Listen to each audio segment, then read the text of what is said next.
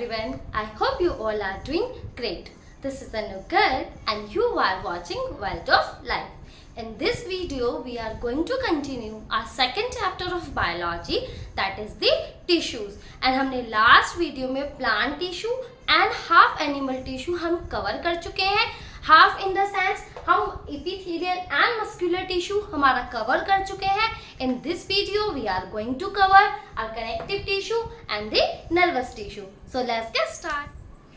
जैसे कि हमने भी बात की कि in the last video we have already discuss about epithelial and muscular tissue, but फिर भी एक बार हम बेसिक देख लेते हैं कि चारों टिश्यूज में बेसिक क्या है. सबसे पहले epithelial tissue, the tissue that provides protection, helps in absorption and somewhat secretion. This type of tissues is known as epithelial tissue. Muscular tissue that helps in the movement and locomotion. ऐसा tissue जो कि locomotion and movement में help करता है, that is known as muscular tissue. ये दोनों ही tissues हम अपने लास्ट वीडियो में विद देयर क्लासिफिकेशन कंप्लीट कर चुके हैं. एंड अगर आपने वो वीडियो नहीं देखा है, then I am giving the link of that video in the description. You can check. And in this video we are going to discuss about continuous tissue, connective tissue and our nervous tissue. इनका भी basic देखते हैं कि connective tissue जो connect करेगा, connects body part. ऐसा tissue जो body parts को कनेक्ट करेगा वो क्या कहलाएगा, कनेक्शन बनाएगा, that is known as connective tissue. अभी डिटेल में इसको देखेंगे कि what is connective tissue, what are the types of connective tissue present in animal body, हम डिस्कस करेंगे. And nervous tissue build nervous system. हमारी बॉडी में बहुत सारे सिस्टम प्रेजेंट है, उन्हीं में से एक सिस्टम कौन सा है, नर्वस सिस्टम. तो वो सिस्टम किससे बना है, नर्वस टिश्यू से बना है. वो भी हम आगे देखेंगे कि नर्वस टिश्यू ने कैसे नर्वस सिस्टम को बनाया. सबसे पहले बात कर लेते हैं what is connective tissue. So what is connective tissues, ऐसे टिश्यूज हमने अभी देखा जो कनेक्शन बनाने का काम करेंगे बिटवीन दी बॉडी पार्ट्स. अब कनेक्शन कैसे, कोई जगह से, एक जगह से कोई चीज दूसरी जगह ले जानी है. फॉर एग्जाम्पल ब्लड क्या करेगा, एक जगह से, एक ऑर्गन से या एक सेल से वो क्या करता है, कुछ चीजों को लेता है एंड दूसरी सेल या ऑर्गन तक ट्रांसपोर्ट कर देता है. हम आगे देखेंगे कि किस तरह से करता है. तो वो ट्रांसपोर्ट करते वक्त क्या करेगा, दो सेल्स या दो टिश्यूज या दो ऑर्गन्स जिनके बीच वो परफॉर्म कर रहा है, एक कनेक्शन बनाएगा उनके बीच, एक कम्युनिकेट कराएगा उन दोनों टिश्यूज या सेल्स या ऑर्गन्स के बीच. तो ब्लड क्या करेगा, एक कनेक्शन बनाने का काम करेगा. ऐसे ही हमारे बॉन्स हैं, बॉन्स ने क्या किया है, एक बॉन्ड ने दूसरे बॉडी पार्ट के बॉन्स तक हमारी फ्रेमवर्क बनाया है. एक बॉडी पार्ट की कोई बोन है और दूसरे बॉडी पार्ट की बोन है, आपस में एक साथ क्या है, कनेक्ट है, तभी पूरा एक स्केलेटल सिस्टम बना हुआ है. इसी तरीके से हमारे बॉन्स हो गई, हमारे लिगामेंट्स हो गई, ये क्या करेंगे, कनेक्शन बनाने का काम करेंगे बिटवीन द बॉडी पार्ट्स. तो ऐसे टिश्यूज जो कनेक्शन बनाने का काम करेंगे between the body parts in the animal body, that are known as connective tissues. समझ में आ गया कि कनेक्टिव टिश्यू का मतलब है बिल्ड कनेक्शन. क्या करेगा, build connection between body parts. For example कोई चीज ए के पास है, उसको बी तक ले गया कौन, ब्लड. तो ब्लड ने क्या किया, ए एंड बी जो दो ऑर्गन्स थे या दो सेल्स थे, इनके बीच एक कनेक्शन बनाने का काम किया, that is known as connective tissues. अब एक बार इसकी क्लासिफिकेशन देखेंगे कि what is connective tissue. So this is the classification of connective tissue. What is the classification, connective tissue is categorized into three types. Mainly three type है, proper connective tissue, support connective tissue and the fluid connective tissue. Here CT is connective tissue, short form में हमने लिखा है CT. Proper connective tissue is again of two type, loose and dense connective tissue. The loose connective tissue is of two type, that is areolar and adipose tissue. Dense connective tissue again two type, that is tendon and ligaments. Support connective tissue, ऐसे connective tissue जो support provide करेंगे body को, that is bones and cartilage. Bones को तो हम जानते हैं क्या होते हैं, कार्टिलेज को भी हम आगे देखेंगे what are cartilage. Fluid connective tissue जो फ्लूइड फॉर्म में होंगे, दैट इज ब्लड। हमें ब्लड के बारे में पता है, हमें बोन्स के बारे में पता है, बाकी सबके बारे में हम एक बार डिटेल स्टडी करेंगे। We are going to start with blood. हम किससे स्टार्ट कर रहे हैं, हम हमारा ब्लड से स्टार्ट कर रहे हैं, यानी कि फ्लूइड कनेक्टिव टिश्यू में ब्लड था, हम ब्लड से स्टार्ट कर रहे हैं कि व्हाट इज ब्लड। तो ब्लड क्या है, blood is a fluid connective tissue. हम अभी देख कर आए कि ब्लड क्या है, एक फ्लूइड कनेक्टिव टिश्यू है। कैसा है, fluid connective tissue. Connective tissue हमें पता है क्यों, क्योंकि कनेक्शन बनाने का काम करता है। फ्लूइड क्यों, क्योंकि बहता है।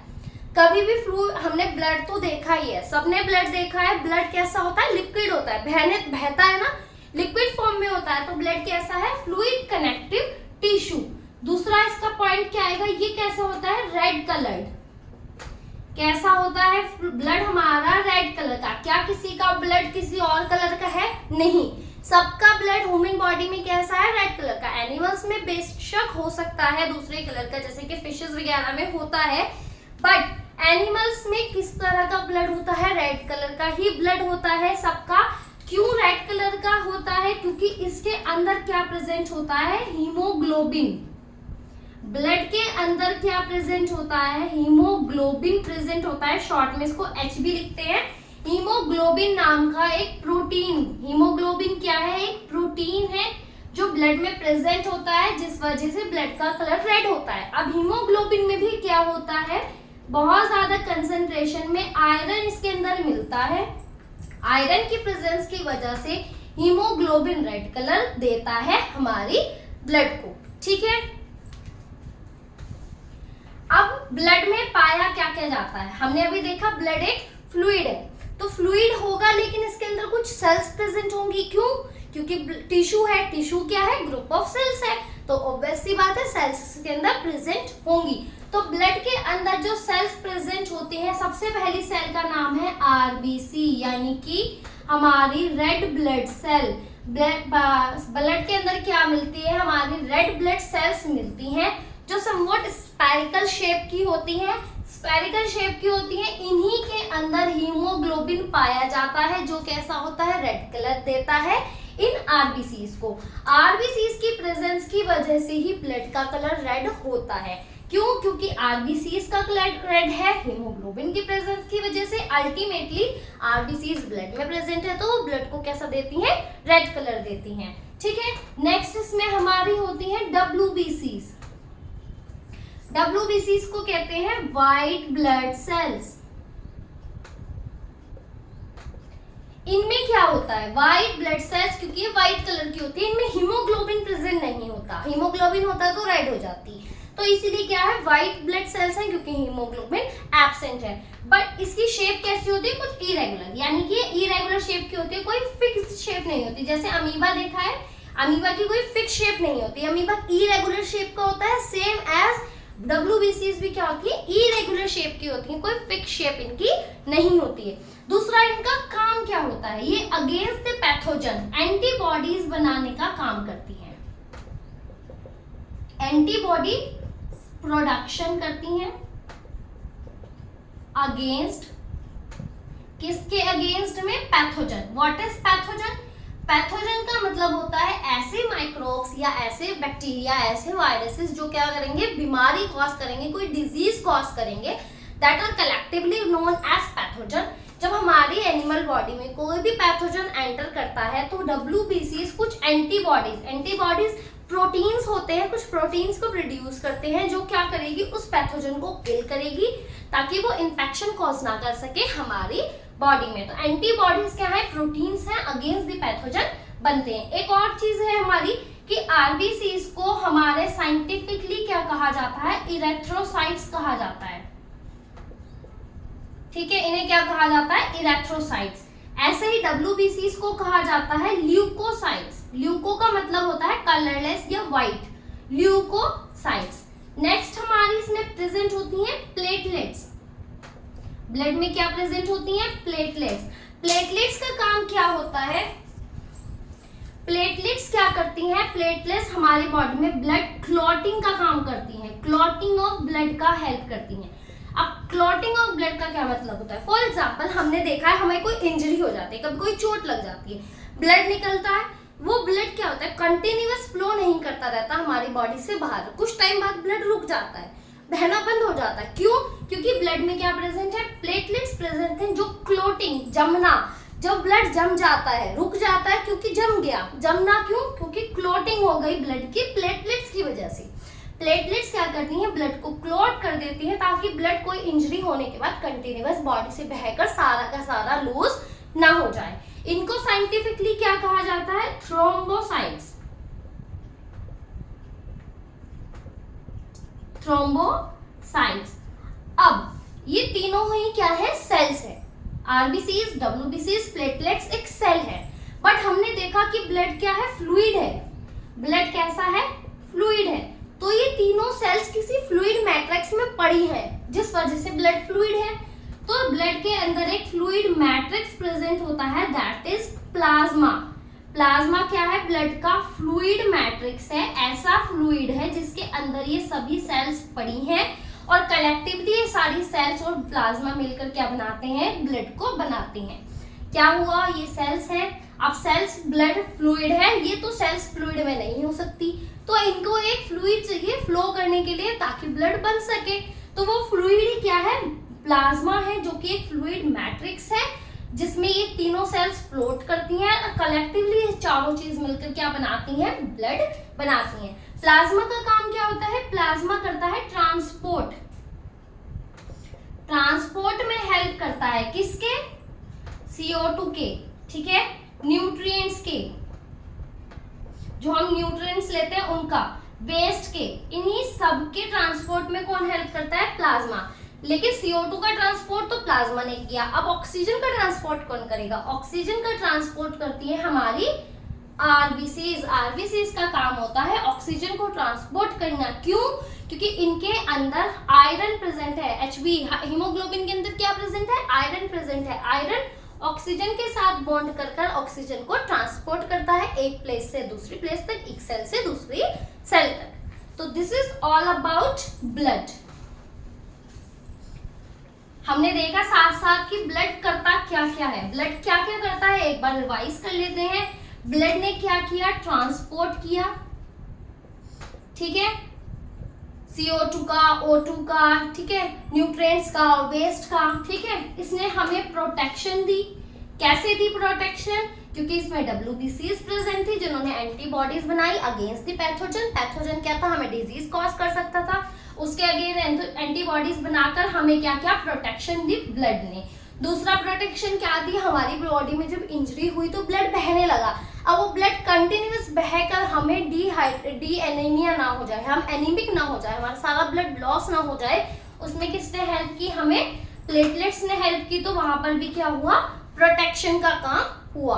दूसरा ये कनेक्शन तो बनाता ही है, ठीक है। तो ये क्या है? कुछ फंक्शंस है हमारे ब्लड के। Next we are going to discuss about bones and cartilage. So yes, हम किसकी बात कर रहे थे? बोन्स एंड कार्टिलेज की बात कर रहे थे। तो व्हाट इज बोन्स? बोन्स तो सबको पता होगा कि बोन्स क्या होती हैं? हड्डियां। हमारी बॉडी में 206 बोन्स प्रेजेंट है, सबको पता है ये तो कि बोन्स क्या है? बोन्स हड्डियां होती हैं। But what is cartilage? Cartilage का क्या मतलब होता है? कार्टिलेज कहाँ प्रेजेंट है? पहले तो एक्सपीरियंस कीजिए। हमारा आउटर ईयर, ये हमारा आउटर ईयर है। आउटर ईयर में जो ये पार्ट है, ये this is known as outer ear. आप इसको बैंड कर सकते हैं, ठीक है। ये फ्लेक्सिबल है, काफी फ्लेक्सिबल है। ये किसका बना है? ये कार्टिलेज का बना है। हमारी टिप ऑफ द नोज, हमारे नोज की जो टिप है वो भी कैसी है? कार्टिलेज की बनी है। यहाँ एक्सपीरियंस करके देखें, यहाँ कोई भी बोन प्रेजेंट नहीं है। बोन अंदर प्रेजेंट है बट यहाँ प्रेजेंट नहीं है। टिप पर क्या प्रेजेंट है? कार्टिलेज प्रेजेंट है। तो समझ में आया what is cartilage and what is bone. हमने देखा एक्सपीरियंस करके कि कार्टिलेज कहाँ प्रेजेंट है, कैसा होगा। बोन कहाँ है? बोन तो सबको पता है, ठीक है।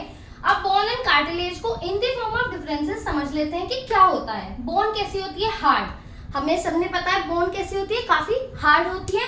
एंड नॉन फ्लेक्सिबल, हमारे यहाँ पर बोन प्रेजेंट है, क्या हम इसको यहाँ से ब्रेक कर सकते हैं, ऐसे फोल्ड कर सकते हैं? नहीं कर सकते। क्यों? क्योंकि यहाँ फ्लेक्सिबिलिटी प्रेजेंट नहीं है।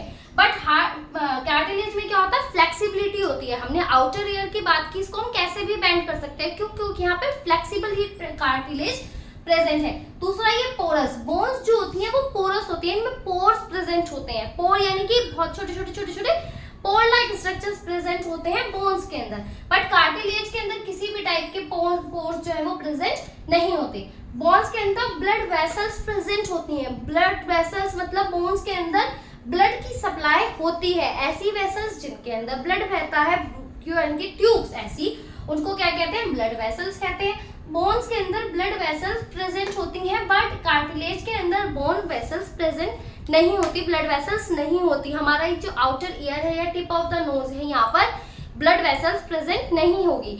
इसके लिए गर्ल्स क्या होती हैं, इससे रिलेट कर सकती हैं। फॉर एग्जाम्पल, हमने कभी पियर्सिंग कराई है, हमने ईयर्स में पियर्सिंग कराते हैं। गर्ल्स ईयर में पियर्सिंग कराते वक्त कभी भी ब्लड नहीं निकलता। क्यों? क्योंकि यहाँ पर ब्लड सप्लाई प्रेजेंट नहीं है। नोज में पियर्सिंग होती है, नोज में भी पियर्सिंग होते हुए कभी भी ब्लड नहीं निकलता, क्योंकि यहाँ पर भी ब्लड की सप्लाई नहीं है। ये क्या है? कार्टिलेज है। ठीक है। नेक्स्ट हमारा क्या आ जाता है कि इसका मैट्रिक्स। अब कोई भी चीज है, ब्लड के अंदर भी सेल्स प्रेजेंट होंगी बहुत सारी। ठीक है। फॉर एग्जाम्पल, ये ब्लड है, हमारी बोन है, थोड़ी मोटी हो गई है, बट ब्लड के अंदर भी क्या होंगी? हमारी बहुत सारी बोन के अंदर भी सेल्स प्रेजेंट होंगी। अब ये सेल्स के अंदर भी कोई मैट्रिक्स भी प्रेजेंट होगा, जहां पर ये सेल्स क्या होंगी? पड़ी होंगी, जिस फ्लूइड मैट्रिक्स के अंदर। तो जो बोन का मैट्रिक्स होता है वो किसका बना होता है? प्रोटीन्स का एंड मिनरल्स का। प्रोटीन्स होते हैं इस मैट्रिक्स में, मिनरल्स यानी कि कैल्शियम एंड फॉस्फेट होता है। क्या होता है इसके अंदर? हमारा कैल्शियम होता है, इसके अंदर फॉस्फेट होता है। Calcium and phosphate. हमने हमेशा सुना है कि दूध पीने से हड्डियां मजबूत होती हैं। क्यों? क्योंकि दूध के अंदर क्या प्रेजेंट होता है? कैल्शियम एंड फॉस्फेट प्रेजेंट होता है। दैट्स व्हाई हमारी दूध पीने से हड्डियां क्या होती है? मजबूत होती हैं, कैल्शियम इनको मिलता है। बट हमारा जो कार्टिलेज होता है उसके मैट्रिक्स में कैल्शियम एंड फॉस्फोरस प्रेजेंट नहीं होता। प्रोटीन्स तो प्रेजेंट होते हैं, बट प्रोटीन्स के साथ क्या प्रेजेंट होता है? उसमें शुगर्स पाई जाती हैं। ठीक है। उसमें क्या पाई जाती है? शुगर्स पाई जाती हैं। तो this is all about bones and cartilage. Next हमारा क्या है? हमें समझ में आ गया बोन एंड कार्टिलेज का क्या मतलब होता है। ठीक है। बोन एंड कार्टिलेज हमने समझा। तो एक और चीज देखते हैं कि बोन एंड कार्टिलेज के फंक्शंस क्या होंगे। ठीक है। क्या फंक्शन होंगे? सबसे पहले बोन की बात करते हैं। तो बोन का फंक्शन क्या प्रेजेंट होगा? बोन क्या करेगी? हमारी बॉडी को एक फ्रेमवर्क, हमारा पूरा ढांचा, पूरी हमारी बॉडी का जो ढांचा है एनिमल बॉडी का, वो किससे बना है? बोन से बना है। बोन्स क्या करेगी? फ्रेमवर्क ऑफ द बॉडी में हेल्प करेगी, एक बॉडी का फ्रेमवर्क बनाएगी। दूसरा ये क्या करेगी? बॉडी ऑर्गन्स को सपोर्ट देगी एंड प्रोटेक्शन देगी। ठीक है। सपोर्ट तो हमें समझ में आ गया कि फ्रेमवर्क देगी भाई, प्रोटेक्शन कैसे देगी? प्रोटेक्शन का क्या मतलब है? जहां पर भी हमारे बॉडी ऑर्गन्स है, फॉर एग्जाम्पल यहाँ पर हमारे लंग्स, हमारे हार्ट प्रेजेंट, लेकिन यहाँ पर रिब्स भी तो प्रेजेंट है, जो क्या करेंगी? हमारी बॉडी, हमारे लंग्स को, हमारे हार्ट को प्रोटेक्ट करेंगी। एक्सटर्नली क्या करेंगी? प्रोटेक्ट करेंगी। तो क्या देंगी? प्रोटेक्शंस देंगी। ठीक है। तो हमारे बोन्स का फ्रेमवर्क और हमारी बॉडी को सपोर्ट एंड प्रोटेक्शन देने का काम किसका होता है? बोन्स का होता है। अब कार्टिलेज क्या करेगा? तो कार्टिलेज का फंक्शन क्या होता है? कार्टिलेज भी हमारी बॉडी को फ्लेक्सिबिलिटी, हमने अभी देखकर आए कि बहुत ज्यादा फ्लेक्सिबल होता है। तो हमारी बॉडी को फ्लेक्सिबिलिटी कौन प्रोवाइड करेगा? कार्टिलेज प्रोवाइड करेगा। ठीक है। कार्टिलेज कहाँ प्रेजेंट होता है? हमारे आउटर ईयर में हमने बात की, हमारे टिप ऑफ द नोज में बात की। एक होता है लैरिंग्स, हमारी बॉडी में एक लैरिंग्स होते हैं, that is known as voice box, जहाँ से आवाज निकलती है, वो भी किसके बने होते हैं? कार्टिलेज के बने होते हैं। तो this is all about bones and cartilage. So now we are talking about tendon and ligaments and next connective tissue, what is tendon and what is ligament। पहले बेसिक समझते हैं कि टेंडन एंड लिगामेंट्स होते क्या है। हमें सबको पता है हमारी बॉडी में क्या है? 206 बोन्स प्रेजेंट हैं। अब 206 बोन्स प्रेजेंट है, आपस में कनेक्ट है, क्योंकि कनेक्टिव टिश्यूज हैं बोन्स भी। तो ये आपस में कनेक्ट कैसे हैं? हमें पता है ये बोन है, फॉर एग्जाम्पल ये कोई बोन है एंड यहाँ पर भी नेक्स्ट कोई बोन है, तो एक बोन से दूसरी बोन को कनेक्ट करने का काम, दोनों बोन्स आपस में कनेक्ट होंगी, तो दोनों बोन्स को कनेक्ट करने का काम कौन करेगा? लिगामेंट। लिगामेंट का काम होगा एक बोन को दूसरी बोन से अटैच करना। बट टेंडम का काम क्या होगा? फॉर एग्जाम्पल ये बोन है, यहाँ पर कोई मसल प्रेजेंट है, ठीक है। बोन के पास कौन सी मसल्स प्रेजेंट होंगी? हम अभी मस्कुलर टिश्यूज में पढ़कर आए, बोन्स के पास स्केलेटल मसल्स प्रेजेंट होंगी हमारी, जो कि कैसी होती है? वॉल्यूंटरी होती हैं, जिनको हम अपनी मर्जी से मूव कर सकते हैं। तो यहाँ पर स्केलेटल मसल्स प्रेजेंट होंगी। अब बोन्स एंड मसल्स के बीच में भी एक कनेक्शन होगा, that connection is known as tendon. Bone से मसल्स को कनेक्ट करेगा टेंडम, बोन को बोन से कनेक्ट करेगा हमारा लिगामेंट। समझ में आया? What is bone, what is tendon and what is ligament? Bone को मसल से कनेक्ट टेंडम, बोन को बोन से कनेक्ट दैट इज लिगामेंट। क्या होगा? बोन को कनेक्ट करेगा टेंडम मसल से BMT, बोन को कनेक्ट करेगा लिगामेंट बोन से BLB। ठीक है, समझ में आ गया ये चीज?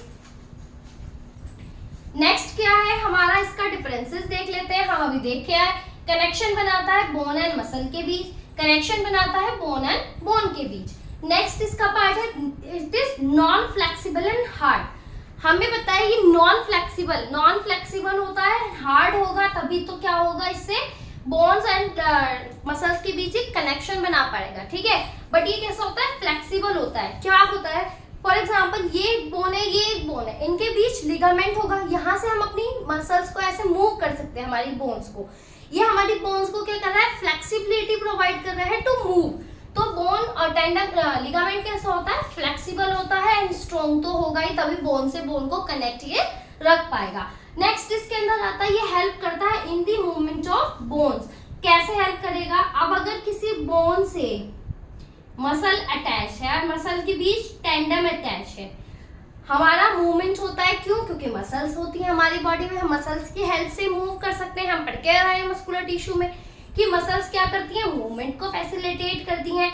बट मसल्स के साथ हमारी बोन्स भी मूव करेंगे क्योंकि वो अटैच है, क्योंकि टेंडम उनके बीच प्रेजेंट है। तो अल्टीमेटली जब हमारी मसल्स मूव करेंगी तो हमारी बोन भी मूव करेगी, तो बोन का क्या होगा? मूवमेंट होगा टेंडम की प्रेजेंस की वजह से। ये क्या करेगा? बोन को उसकी पोजीशन में, एक बोन दूसरी बोन से अटैच्ड है, अपनी पोजीशन में प्रेजेंट है क्योंकि लिगामेंट प्रेजेंट है। अगर लिगामेंट हट जाएगा बोन डिस्प्लेस हो सकती है, बोन हट सकती है अपनी जगह से। दैट्स व्हाई ये क्या करेगा? बोन की पोजीशन को मेंटेन करने में हेल्प करेगा। समझ में आ गया? व्हाट इज नेक्स्ट हमारा कनेक्टिव टिश्यू है, दैट इज एरियोलर टिश्यू। हमारा एक बचा है हमारा एरियोलर एंड एडिपोस टिश्यू। इनके बारे में भी बात कर लेते हैं। तो एरियोलर टिश्यू का क्या मतलब होता है?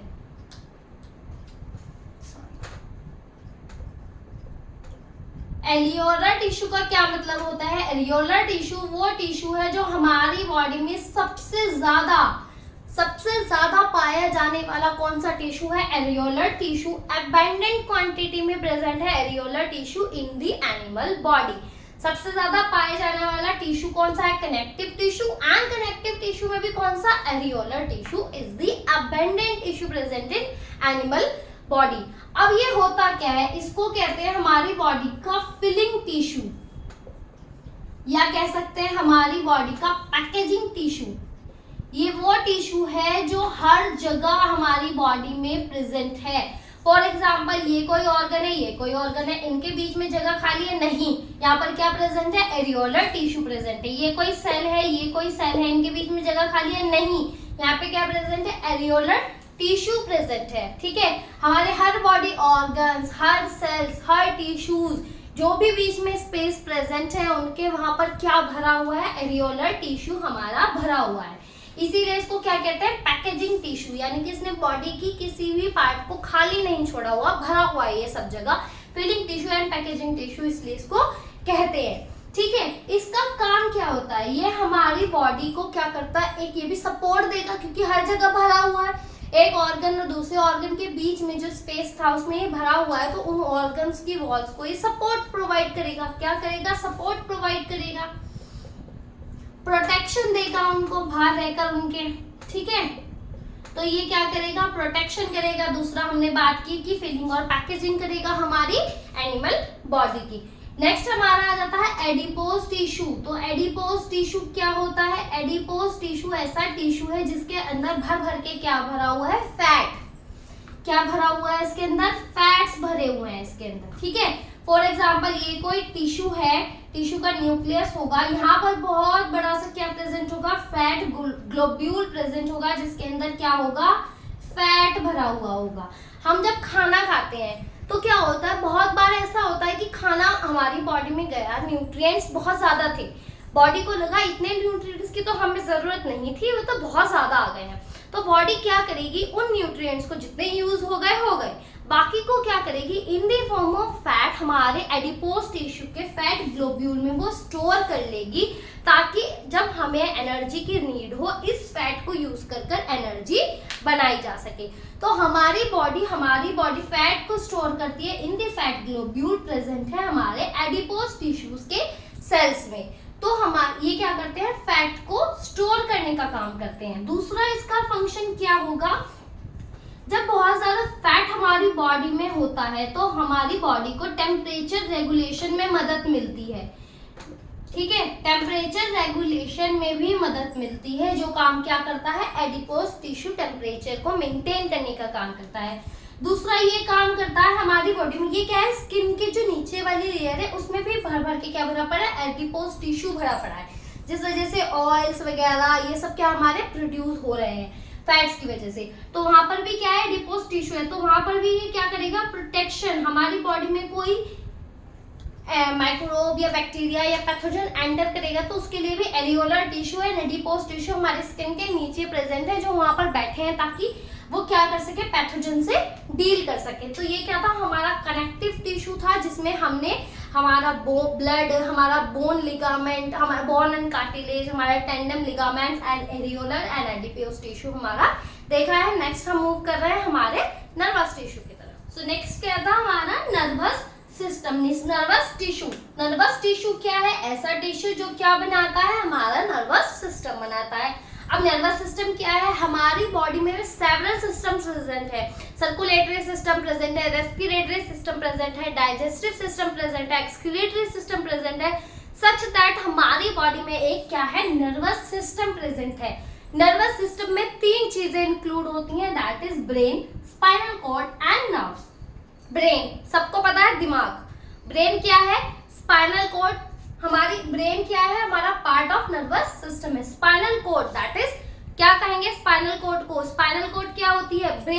ब्रेन से एक बहुत लंबी सी ट्यूब लाइक स्ट्रक्चर निकला हुआ होता है, that is known as spinal cord. अब बहुत से बच्चे सोचेंगे spinal cord is all about रीढ़ की हड्डी। नहीं, रीढ़ की हड्डी अलग है, स्पाइनल कॉर्ड अलग है। रीढ़ की हड्डी क्या होती है? हमारे वर्टिब्रल कॉलम्स होते हैं, वर्टिब्रल कॉलम्स होते हैं जिनके अंदर ये रीढ़ की हड्डी क्या है? प्रेजेंट है, ठीक है। वर्टिब्रल कॉलम होते हैं जिनको हिंदी में रीढ़ की हड्डी कहते हैं, उनके अंदर एक ट्यूब प्रेजेंट है, that is known as spinal cord. Nerve सबको पता है, ट्यूब्स होती हैं जो कि ब्रेन एंड स्पाइनल कॉर्ड से निकली हुई हैं and all over the body ये फैली हुई हैं, एक जगह से दूसरी जगह सिग्नल्स को ले जाने के लिए, कम्युनिकेट कराने के लिए। नर्वस सिस्टम क्या है? एक ऐसा सिस्टम जो क्या होगा? ब्रेन से या स्पाइनल कॉर्ड से सिग्नल्स को लाकर पर्टिकुलर बॉडी ऑर्गन तक पहुंचाएगा एंड वापस उस सिग्नल को वापस क्या करेगा? ब्रेन या स्पाइनल कॉर्ड तक लेकर जाएगा। फॉर एग्जाम्पल हम गर्म कोई चीज टच कर लेते हैं, फॉर एग्जाम्पल यहाँ पर अब ग्लास ऑफ वाटर है जो कि बहुत गर्म है, अब मैं उसका अगर टच करूं तो एकदम से मेरा हाथ पीछे हो जाएगा। तो ये क्या था? जैसे मैंने उसको टच किया, मेरी ब्रेन को सिग्नल गया मेरी नर्व्स के थ्रू कि ये चीज गर्म है, ठीक है। मेरी ब्रेन ने वापस सिग्नल मेरे नर्व्स के थ्रू मेरे हैंड को भेजा कि हाथ हटा लो। तो क्या हुआ? इतना फास्ट सिग्नल गया और एकदम से सिग्नल वापस आया एंड मैंने क्या किया? वहां से हाथ हटा दिया। तो ये क्या था? ट्रांसफर हुआ सिग्नल्स का फ्रॉम वन, हमारे हाथ से ब्रेन को गया, ब्रेन से वापस हाथ को आया।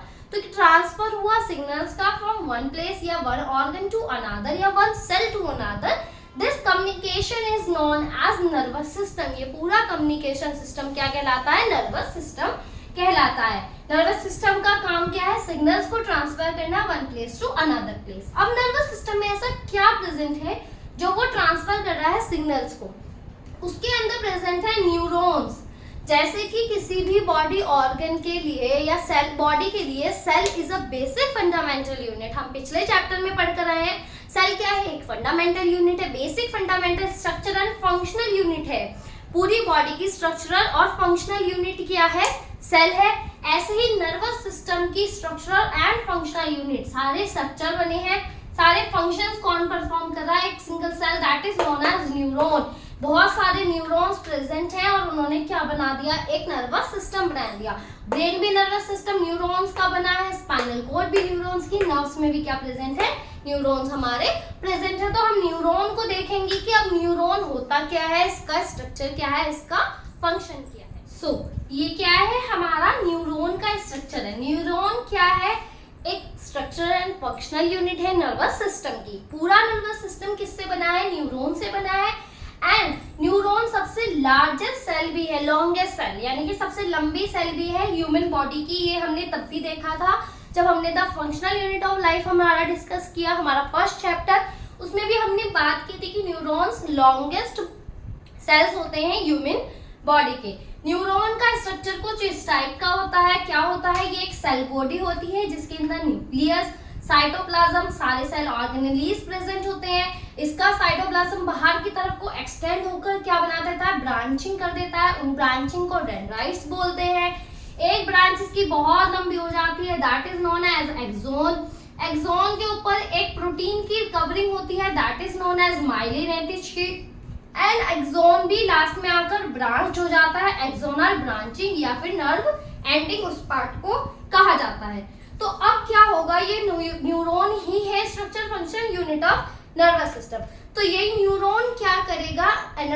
सिग्नल्स को एक न्यूरॉन से दूसरे न्यूरॉन, तीसरे न्यूरॉन, चौथे न्यूरॉन को ट्रांसफर करेगा। अल्टीमेटली सिग्नल्स क्या है? ट्रांसफर होते चले जाएंगे। तो कैसे ट्रांसफर होगा? फॉर एग्जाम्पल कोई सिग्नल आया, उस सिग्नल को कौन रिसीव करेगा? सबसे पहले ये डेंड्राइट्स। इन डेंड्राइट्स ने सिग्नल रिसीव किया, अंदर जाकर सेल बॉडी को दिया। अब वो सेल बॉडी यहाँ से सिग्नल को उठाएगी एंड एक्सोन के थ्रू पास होगी एंड हमारे नर्व एंडिंग्स तक ले आएगी। सिग्नल यहाँ तक आ गया।